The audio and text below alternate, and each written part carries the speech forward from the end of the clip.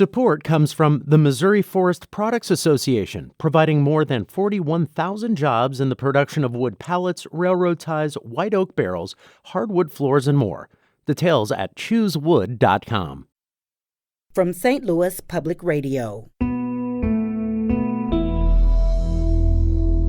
This is St. Louis on the Air.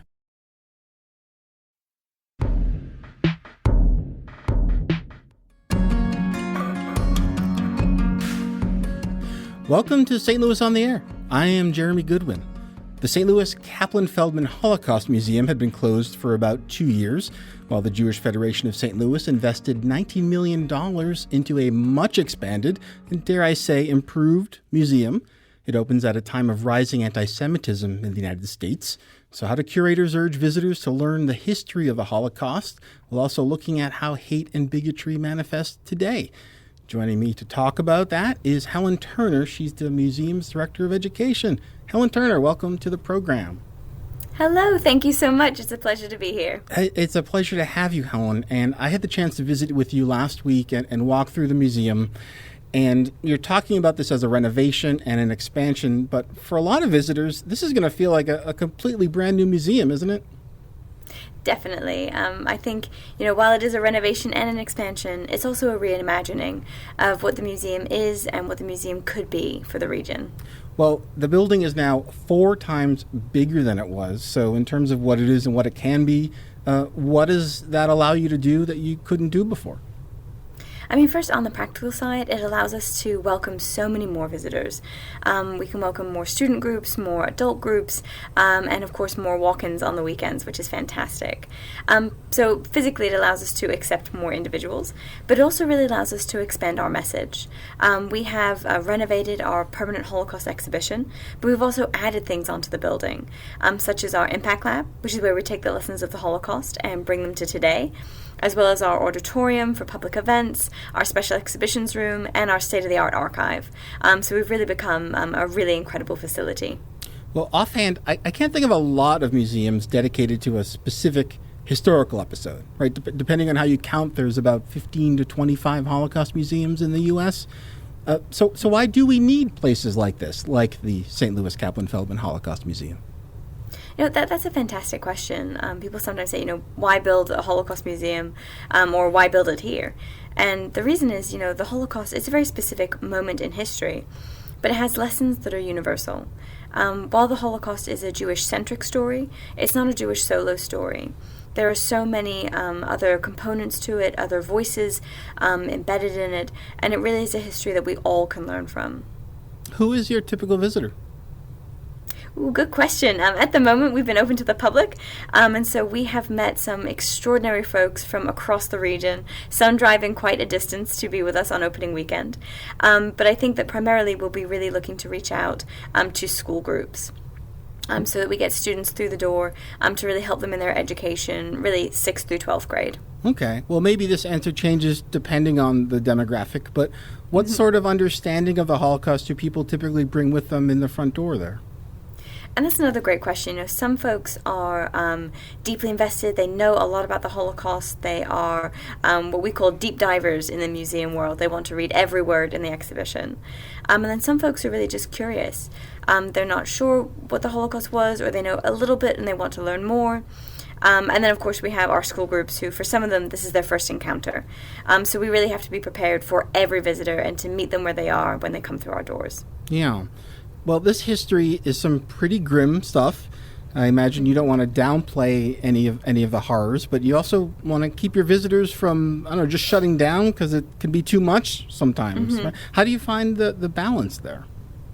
Certainly, and it is a difficult balancing act. We never want to shy away from the reality, but at the same time, we want to encourage visitors, both young and older, to engage with us. So what we decided to do is to present the history of the Holocaust, accurately and truthfully throughout the exhibition, but images that we deemed as graphic, mainly being those that contained, multiple bodies or nudity. or close-ups of deceased persons' faces. We decided to put those either in interactives where folks would choose to interact with them, or to put them in drawers where folks are warned that it's graphic imagery and they can engage. And this way, when we're with our older groups, we can say, let's gather around. We're going to look at a difficult image and prepare them and engage together. But if we're with younger groups or groups, let's say survivors who come through, and for them to look at these images is really difficult and disturbing, we can either, verbally tell them what's going on, or we can gently move them through to make sure that everybody's able to engage in what feels safe and secure to them. And people have different preferences when they go to museums. Some people like to sign up for that tour and go around with the tour guide, read every wall panel. And I'm one of those people who I go into an art museum and I read that panel right away, maybe before I look at the art. I like the context. It sounds like at the Holocaust Museum, it's particularly important to maybe be in touch with a staff member or just have some sort of guidance. I would really strongly suggest it. So you can either book a guided tour and be a school group or just a family group or a group of friends, or you can. We always have gallery attendants throughout the exhibition, so you're never in there alone. And they've undergone some wonderful training, so that they can really help you and support you as you engage in this history. Well, as folks walk through the new exhibitions, are those artifacts from your collection? Yes, a lot of them are. A few are on loan, but the bulk are from our collection. And that really ties into our narrative as a museum. We are a St. Louis survivor-focused museum. So we're telling the stories of St. Louis survivors through their voices, their photographs, and their belongings. Let's talk about that piece. How does St. Louis factor into the story you're telling here? I think it factors pretty strongly. Number one, our survivors are from St. Louis. So we're really highlighting local folks and really, I think, showing the strong community that was built here post-Holocaust. But also, we're tying into the regional context. When we talk about things, we're using local newspaper clippings. We're using images of Forest Park. We're making sure that we tie this global history into our local history. And I think that just makes a deeper connection, particularly for folks either living or visiting St. Louis. Did many Holocaust survivors relocate here? They did a surprising amount. When we started the project, we estimated about 300, but now we're up to over 800 names. Oh, wow. And we imagine that with fantastic publicity such as this, we know that folks will reach out to us and let us know that their parents or grandparents settled in St. Louis, and they would like to add their names to our collection. So we're ready for more folks to self-identify. So even just identifying the number of Holocaust survivors in St. Louis and those families, that's historical detective work you have to do to just find out. Definitely, and that was mainly done by our archivist, Diane Everman, and our associate curator, Jillian Howell. They worked tirelessly to make sure we had as many names as possible for opening day, and they are ready to accept more names whenever we can. Early this year, Sarah Fenske sat down with the St. Louis-based poet Jason Sommer to talk about his book, Shmuel's Bridge. And Jason wrote that about his family's experience in Auschwitz, the death camp. He talked with Sarah about what it's like being one generation removed from the Holocaust and the responsibility that comes to the next generations.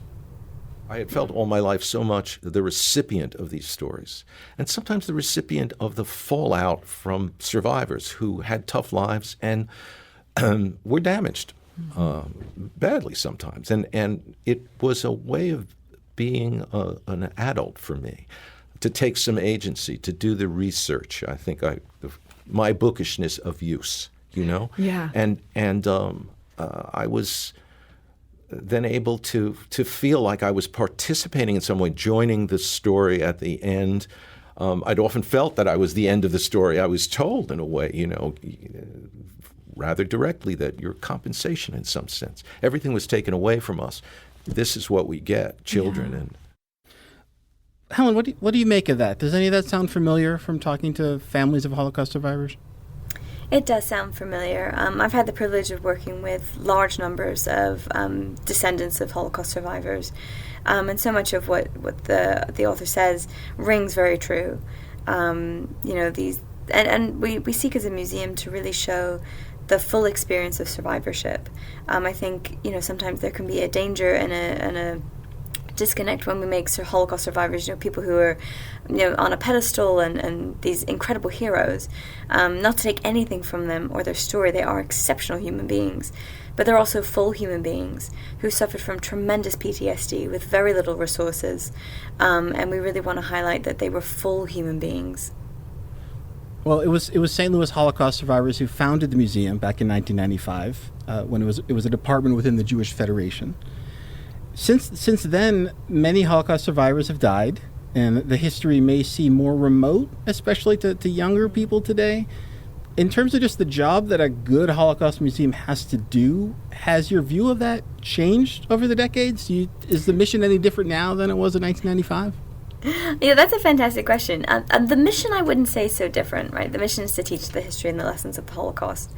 But I would definitely say the approach has definitely changed. I've been in Holocaust education now for, coming up on 13 years. And I would say from when I started to where we are now, it's a very different space. The Holocaust education that I'm familiar with used to rely very heavily on survivor testimony to tell the story. And that was live survivor testimony. And where we are now is more in recordings, in images, in artifacts, and the capturing of those stories, but being able to deliver them in very different ways. And while we do have a number of survivor speakers for the museum, we're also now relying on the second generation to speak about their parents' and grandparents' experiences. So while the focus remains the same, I think the approach has certainly shifted. Do you tend to find that people whose parents or grandparents or great-grandparents either perished in the Holocaust or did survive, is that something families like to talk about amongst themselves, or is that just too painful? That's an interesting question, and I would say every family, every survivor, every family, every descendant is a unique individual trying to deal with this unimaginable trauma. Some families talk about it all the time. It's the focal point of their family. It becomes a driving force of their family. But I know other folks who have no idea what happened to their parents or grandparents, that things were not shared. And I can only imagine, the depth of that pain.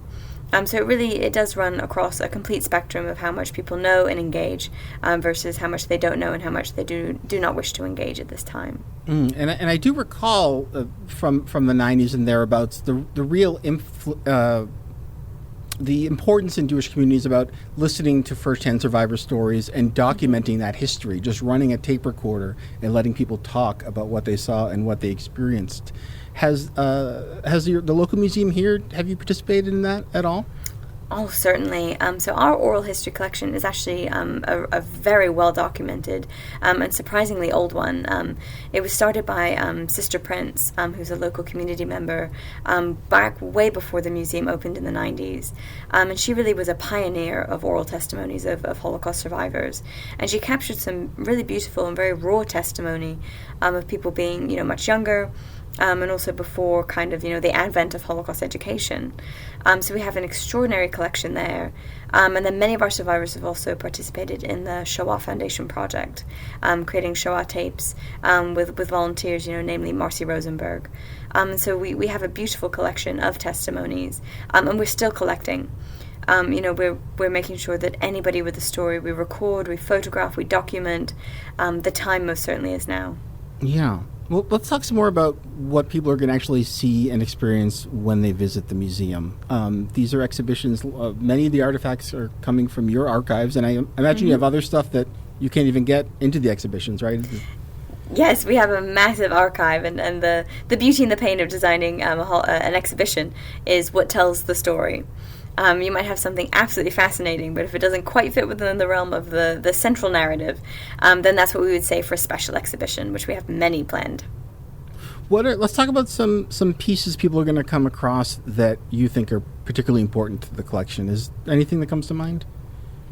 Certainly, there's always one piece that I always come back to, and that's a child's shoe. It was donated to the museum by a Holocaust survivor, and it was found at one of the killing centers, so one of the previously known as death camps. The shoe is very tiny. It fits in the palm of my hand. I have very small hands. It's very light, and because of the size of where it was found, in all likelihood, we know that this young person did not survive. And I always tell folks that no matter how much research I conduct or books I read or interviews I do, I will never know the name of that person. And it's our job to tell that person's story. And it gives me tremendous motivation whenever, I falter in is this the right approach? What are we doing? Who's listening? It always gives me strength to know that we are speaking for that person. Do you often wonder who's listening? I do, and I think Holocaust education, it really is for everybody. Everyone can find themselves in this story. It's making sure that it feels accessible to everybody, and that's a big push of mine, to make sure that everyone can find themselves here. And in this story, it is about human beings. It's about a specific moment in history, but it relates to all of us. And thinking about that shoe, I know in the U.S. Holocaust Museum in Washington, D.C., one of the well-known features there is a collection of hundreds, maybe thousands of shoes that folks collected after liberating the camps after the war. And that has a certain power in just somehow it brings the humanity of it a little more down to basics to see those shoes. In the St. Louis Kaplan Feldman Holocaust Museum, that one shoe tells a similar story in a different way. And there's just something about, maybe it's easier to make a personal connection with something as practical and simple as a child's shoe when you're talking about history that is so big and so scary. Yeah, I think both approaches are beautiful and can be extremely powerful on different levels. But certainly when I look at that child's shoe, or any shoes, I always tell visitors to look down at their own feet. What are they wearing? What would their shoes say about them? And I think it's finding that thread in this massive history and making that connection. And we are speaking with Helen Turner, Education Director at the St. Louis Kaplan Feldman Holocaust Museum. The museum just reopened last week after a big 2-year expansion renovation. How did opening go, Helen? Oh, it was absolutely fantastic. The kind of event that dreams are made of. I could not have been more proud of the museum team, of my colleagues, of the community. It was absolutely beautiful. I will never forget it. And are you seeing some crowds in the first days and the first weekend? We certainly are. We had a fantastic opening weekend. We were very nice and busy. The feedback was beautiful. And we cannot wait to welcome more folks through our doors. Well, as you reopen those doors, this is a time of rising anti-Semitism in the U.S. Just in recent weeks, we've seen the musical artist formerly known as Kanye West make anti-Semitic comments. NBA star Kyrie Irving tweeted a link to an anti-Semitic film.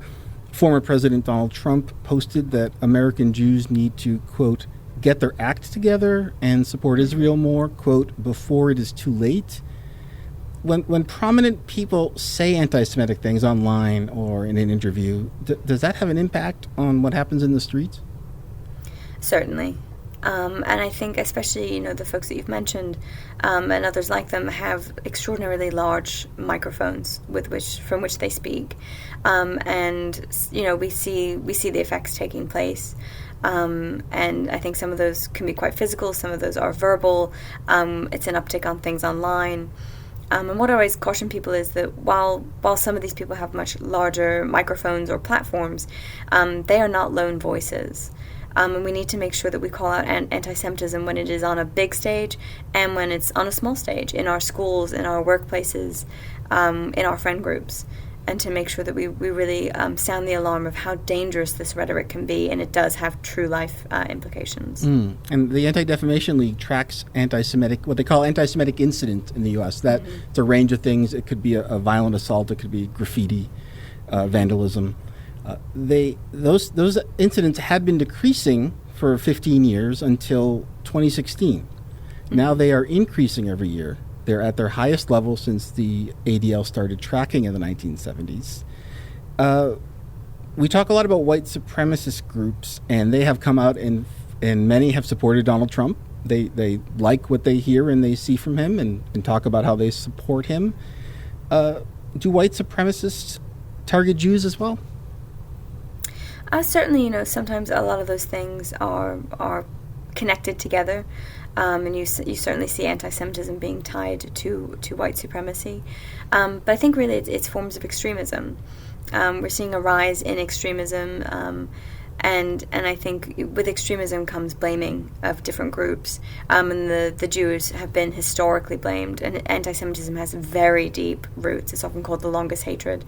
And so it's really paying attention to those, those keywords, key phrases, and how anti-Semitism is manipulated in the moment to serve whomever. is some of what we're hearing and seeing today, as you start to mention it, there's some of these specific conspiracy theories and lies about the Jewish people go back quite a ways, don't they? Certainly, especially conspiracy theories about, world domination or control, things like that. Those are very, very old tropes that, in my opinion, have absolutely no place in our current dialogue. Well, how do you take a museum that's, in essence, or seems to be a history museum, and respond to things like this, respond to today's environment?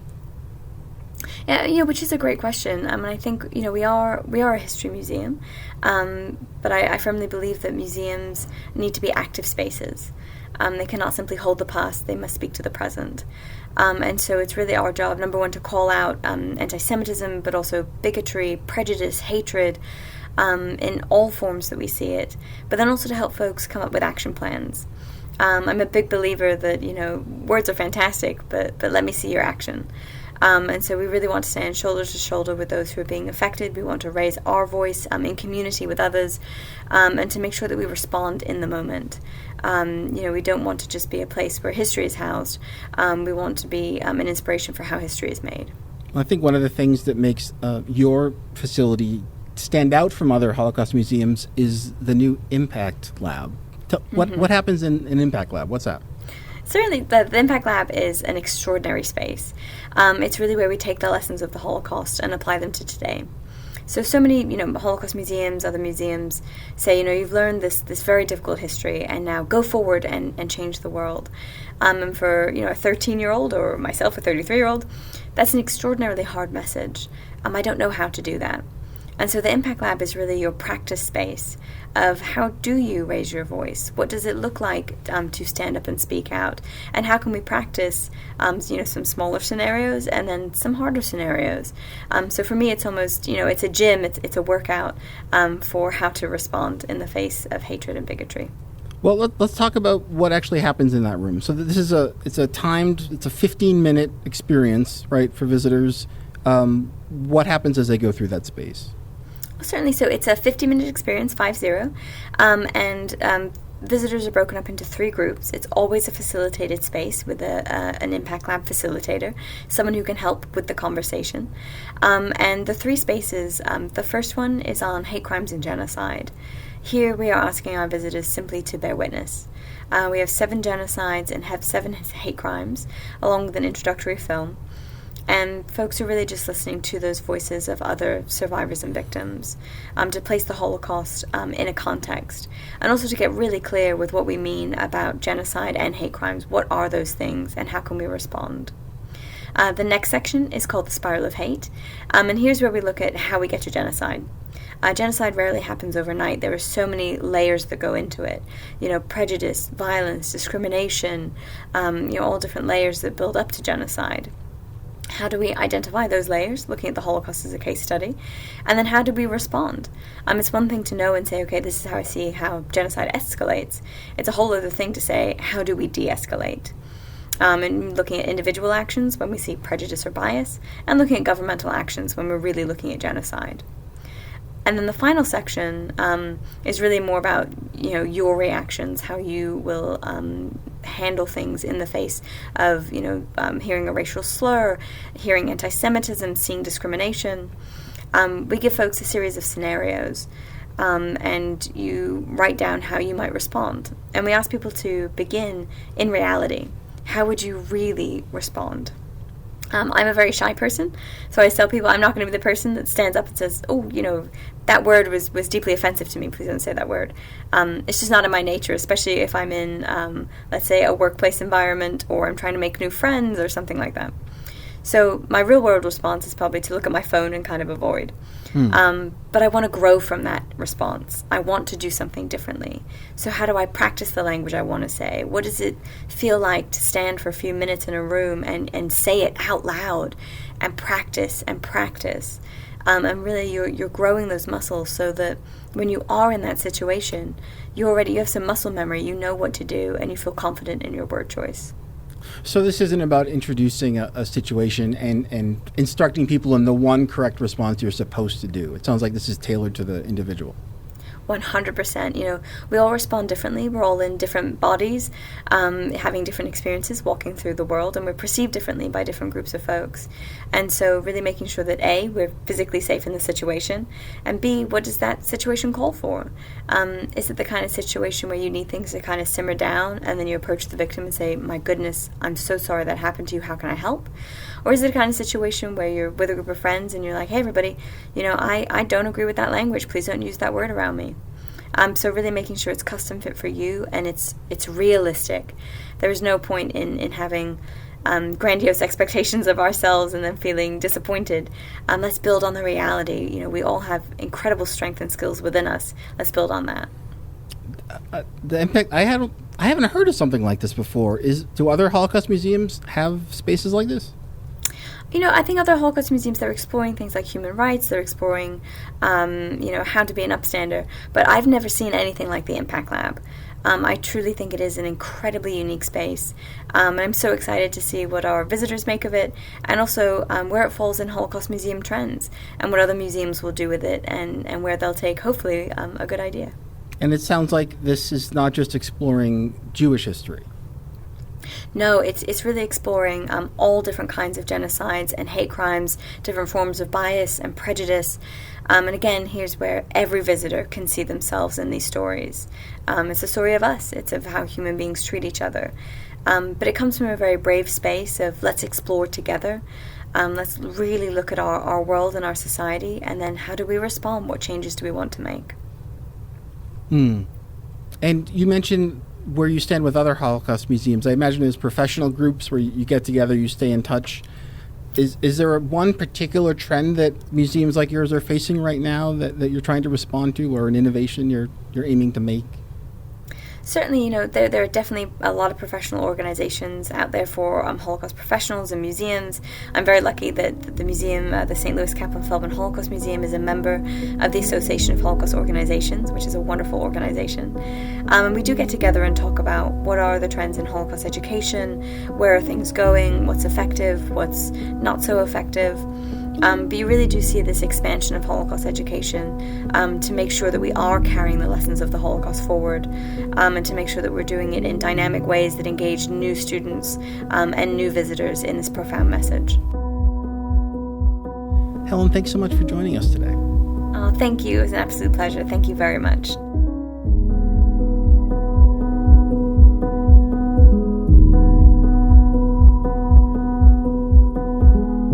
This episode was produced by Maya Norfleet. Audio engineering and podcast design by Aaron Dorr. Our production intern is Avery Rogers. Our executive producer is Alex Hoyer. St. Louis on the Air is a production of St. Louis Public Radio. Understanding starts here. Our podcast proudly supports St. Louis artists by using music from Life Creative Group. Do you find yourself regularly listening to episodes of St. Louis on the Air? Suggest us to a friend you think might enjoy our conversations, and leave us a review and rating on Apple Podcasts on the App Store. It's the simplest way to help people discover our show. Thank you. St. Louis Public Radio is a member-supported service of the University of Missouri St. Louis.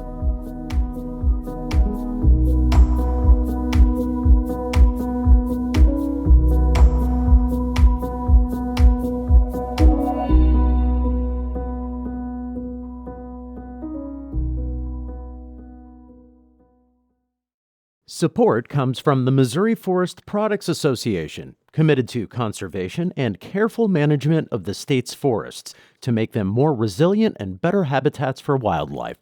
ChooseWood.com.